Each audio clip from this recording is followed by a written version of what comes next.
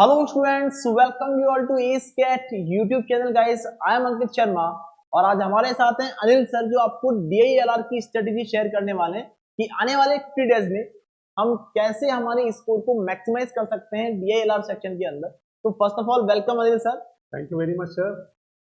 तो DILR section में sir क्या स्ट्रेटेजी होनी चाहिए उन स्टूडेंट्स के लिए जो काफी समय से प्रिपेयर कर रहे हैं, मतलब जनवरी फेब से ही वो प्रिपरेशन स्टार्ट कर दिए थे, तो उन्हें अब क्या अप्रोच रखना चाहिए ताकि वो अपना मैक्सिमम स्कोर कर पाए इस सेक्शन के अंदर। Absolutely sir, and welcome all the students once again to icon AceCat YouTube channel. DILR पिछले 20 सालों से I've been training the students for data interpretation and logical reasoning section of CAT. And sir इसमें जो बच्चे बहुत लंबे time से तैयारी कर रहे हैं, अब उन्हें बहुत सारे क्वेश्चन सॉल्व करना आ भी चुका है। किसी भी सेट को वो उठाते हैं तो पॉसिबली वो उन्हें आइडिया लग जाता है how this question has to be done. ऐसे स्टूडेंट्स के साथ सबसे बड़ा चैलेंज ये होता है कि उन्हें अब ये पता नहीं चलता what has to be done now, because maths में तो सर आपके इसमें तो क्या होता है, चैप्टर्स बहुत सारे हैं। हाँ सर। तो वन बाय वन स्टूडेंट्स को पता चलता है कि भाई out of 20 chapters I have completed 15 17, but when we talk about DILR section of CAT there are no chapters practically. हालांकि कुछ क्वेश्चंस को हम लोग कैटेगराइज कर सकते हैं, कुछ DI होता है, लॉजिकल रीजनिंग में कुछ डेटा अरेंजमेंट के क्वेश्चंस होते हैं, कुछ क्वेश्चंस ऐसे होते हैं जो गेम्स पर बेस्ड होते हैं, कुछ क्वेश्चंस इलेक्शंस पर बेस्ड होते हैं। Even if we categorize but still इसमें कोई चैप्टर स्पेसिफिक कुछ नहीं है। तो जिन बच्चों ने बहुत अच्छी तैयारी कर ली, अब कॉन्फिडेंट है कि DILR people are anyway going to excel, ऐसे स्टूडेंट्स को मेरा सजेशन होगा अगले 50 दिन रोज एक हम लोग या तो सेक्शनल टेस्ट दे दें DILR इस पूरे सेक्शन का, या फिर अगर आप फुल लेंथ मॉक दे रहे हो तो उसमें जो DILR का सेक्शन आता है बाय डिफॉल्ट उसकी तैयारी हो ही जाएगी। तो आउट ऑफ 4 सेट्स जो जनरली पिछले 2-3 सालों से हम देख रहे हैं, CAT में there are 4 sets which are coming and 20 questions are there which are based on DILR। तो बच्चों से यही कहूंगा मैक्सिमम टेस्ट पे फोकस करो, एंड जब टेस्ट का इवैल्यूएशन करो तो पॉसिबली 4 में से अगर आपने 2 सेट सॉल्व किए तो जो 2 सेट सॉल्व नहीं हो पाए उन्हें भी जब आप बाद में इवैल्यूएशन करते हैं तब जरूर सॉल्व कर लें। Even a set is tough, possibly test देते समय तो उसको छोड़ना चाहिए, लेकिन टेस्ट के बाद उस टफ सेट को भी हमें जरूर सॉल्व करना ही चाहिए ताकि एक थॉट प्रोसेस डेवलप हो जाता है बच्चे के दिमाग में। और एक गलती जो ज्यादातर स्टूडेंट्स करते हैं टेस्ट देते समय, वो किसी एक पर्टिकुलर टाइप ऑफ सेट में अटक जाते हैं। वो स्टार्ट करते हैं, कई बार हो सकता है कि हम एक गलत सेट को ऑप्ट कर लें और 10 मिनट देने के बाद भी जब स्टूडेंट्स को रियलाइज होता है कि ये क्वेश्चन तो सॉल्व हो ही नहीं रहा है, वही सर कि एक ही फ्लोर पे ए और बी दोनों आ गए 10 मिनट लगाने के बाद। Absolutely. और फिर बच्चा क्या डिमोरलाइज हो बिल्कुल, जाता है, काफी उसको लगता है कि मेरे इतनी महीनों की मेहनत वेस्ट हो गई and now the situation is hopeless. ऐसे स्टूडेंट्स के लिए सबसे इंपॉर्टेंट है 10 मिनट अगर वेस्ट भी हो गया ना, आप जस्ट स्टूडेंट्स अगला मिनट इस तरह से स्टार्ट करो जैसे it is the first minute.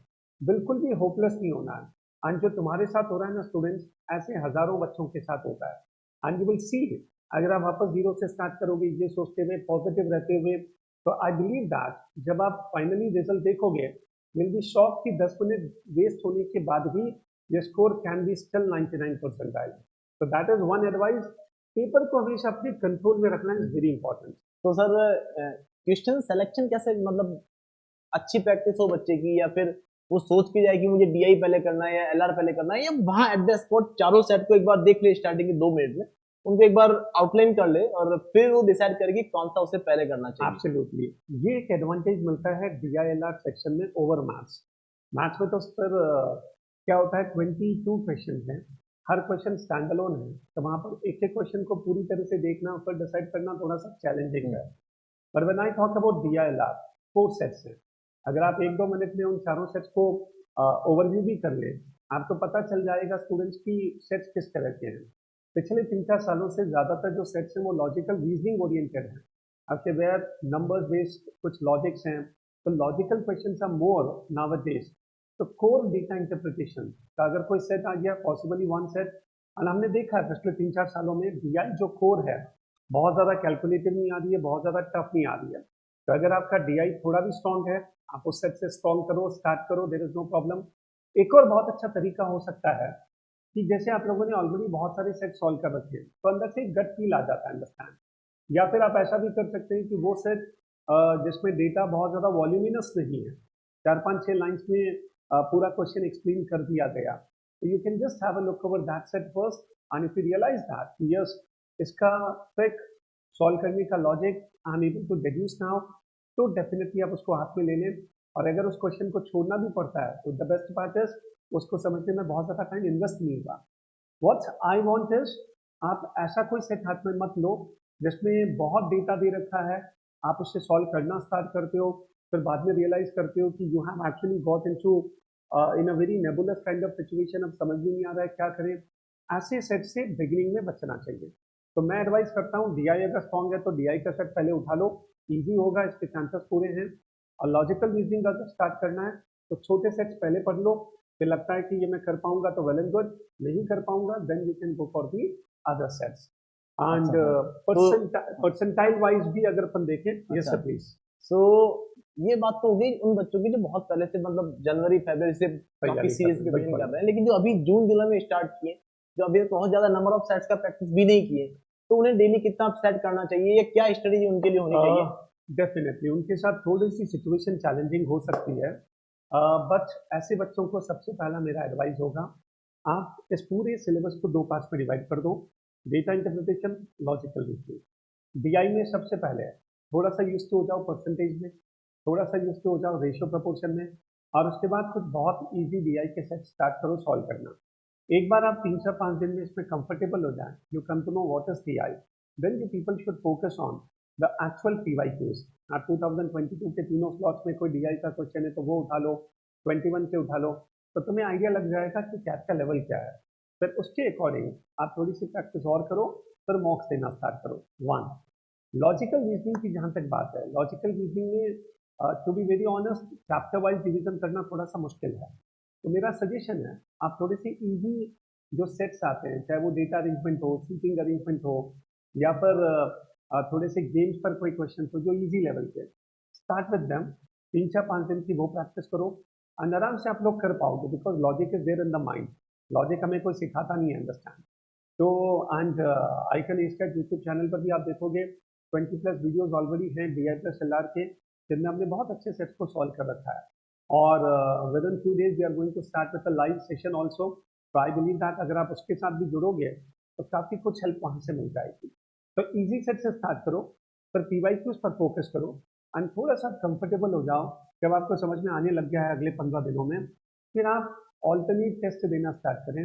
This is how you people can gear up, and आप लोगों के लिए सिलेक्शन ज़्यादा इंपॉर्टेंट है। और सबसे स्टूडेंट्स इंपॉर्टेंट एक मैं बता दूं, अगर हम DILR के 4 सेट्स में से 2 सेट्स कर लेते हैं, मतलब लगभग 10 क्वेश्चन, तो आप देखोगे students 99 percentile we people are going to touch. और अगर 2 सेट्स करना मुश्किल हो, आप पूरे 40 मिनट में एक सेट कर लो 5 क्वेश्चन का, एक सेट, तो भी आप 90 परसेंटाइल को टच कर ही लेते हो। तो इसीलिए स्टूडेंट्स इसमें सारे क्वेश्चन करने की जरूरत ही नहीं है। और जो बच्चा बहुत अच्छा कर रहा है वो 2.5 सेट कर ले, 3 सेट कर ले, या 3 पूरे नहीं भी हो पाते हैं तो कई बार लगभग 2 सेट पूरे और 2-3 क्वेश्चन और एक्स्ट्रा कर लें, इतना भी हो गया तो it's well and good. And sir DILR में एक अच्छी बात है, एक्यूरेसी इसमें बहुत अच्छी मेंटेन होती है। ओके, एक्यूरेसी में इस सेक्शन का कोई मुकाबला नहीं। इंग्लिश में you people can not be confident about whether your answer is correct और रॉन्ग।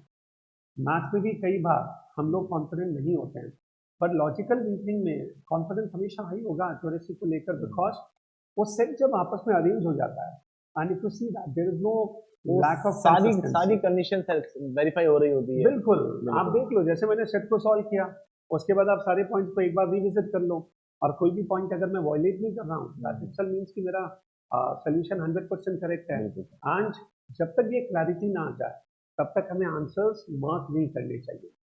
ओके, तो क्लैरिटी सबसे पहले कि सब कुछ अरेंज हो गया, कोई पॉइंट वॉयलेट नहीं हो रहा है, then you people can mark. तो सर अभी जो एवरेज स्टूडेंट प्रिपरेशन कर रहे हैं, वो एवरेज स्टूडेंट डेली कितने सेट सॉल्व करें या किस लेवल के सेट सॉल्व करें?